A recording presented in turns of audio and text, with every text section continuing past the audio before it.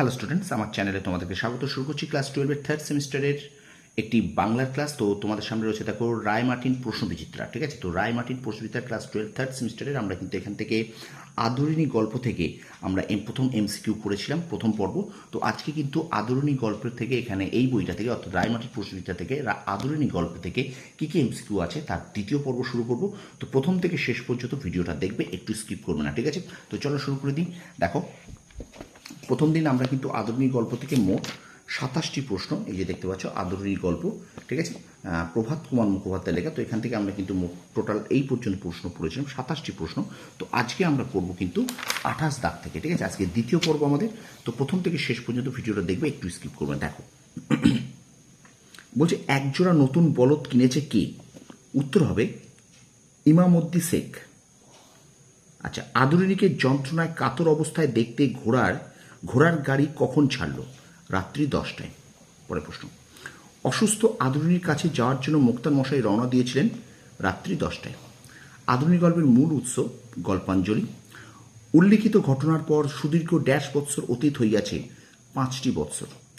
বাড়ি থেকে কত দূর এসে আদরিণী পীড়িত হয়ে পড়ে 7 ক্রোশ। পরে প্রশ্ন, পাড়ার যুবক বৃদ্ধগণ মুক্তার মহাশয়ের বৈঠকখানায় সমবেত হইয়া তাস পাশা খেলিয়া থাকেন রবিবার অপরাহ্নকালে।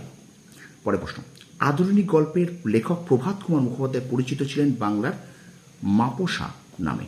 পরে প্রশ্ন, মুক্তার কথাটির অর্থ, এখানে দেখো মুক্তার কথাটির অর্থ কিন্তু মোকদ্দমা চালানোর জন্য নিযুক্ত উকিলের সহকারী ব্যক্তি, ঠিক আছে? দেখো, পরে প্রশ্ন, নব্য হাকিমদের বিশ্বাস হলো যারা ইংরেজি জানেন না তাঁরা মনুষ্য পদবাচ্য নয়, ঠিক আছে? পরে প্রশ্ন, হাতির ভাড়া রোজ কত টাকা ধার্য করা হয়েছিল? 3 টাকা। ওর বাপের আমল থেকে আমি ওর মুক্তার, ওর বলতে কার কথা বলা হয়েছে? মহারাজ নরেশচন্দ্র। পরে প্রশ্ন, আদরিণী গল্পটিতে কয়টি পরিচ্ছেদ রয়েছে? 7টি। পরে প্রশ্ন, তাহা হইলে তো কিঞ্চিত অর্থাগম হইতে পারে। অর্থাগম যেভাবে হতে পারে আদরিণীকে ভাড়া দিয়ে। আদরিণীকে বিক্রি করে জয়রাম কত টাকা ধার্য করেছিলেন? 3000 টাকা। পরে প্রশ্ন, পাড়ার নগেন ডাক্তার ও জুনিয়র উকিল কুঞ্জবিহারী বাবু ড্যাশ হাতের দুলাইতে দুলাইতে জয়রাম মুক্তারের নিকট আসিয়া বলিলেন ছড়ি, অর্থাৎ হাতের ছড়ি দুলাইতে দুলাইতে।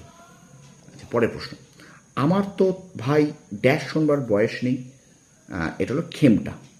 পরে প্রশ্ন, বামুনহাটের মেলায় বিক্রয়ের জন্য আদরিণীকে পাঠাবার আগে মুখোপাধ্যায় মহাশয় তাকে কত টাকার রসগোল্লা খাওয়ান? উত্তর হবে 2 টাকার। পরে প্রশ্ন, জয়রাম মুখোপাধ্যায়ের ঘনিষ্ঠ পুত্রটি বর্তমানে কোথায় পড়াশোনা করছে? কলকাতায়।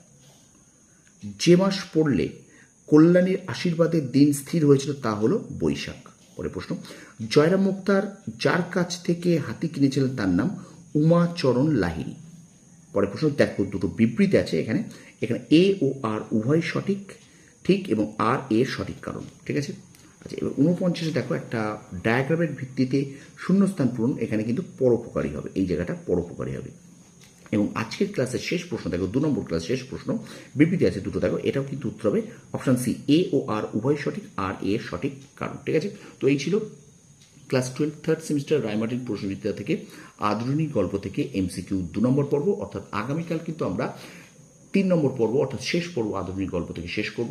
তো এই বইটা থেকে যে প্রত্যেকটা প্রশ্ন কিন্তু ভীষণ ইম্পর্টেন্ট, পরীক্ষায় আসার জন্য উপযুক্ত। তো অবশ্যই কিন্তু প্রশ্নগুলোকে ভালো করে করবে, প্রথম থেকে শেষ পর্যন্ত দেখবে।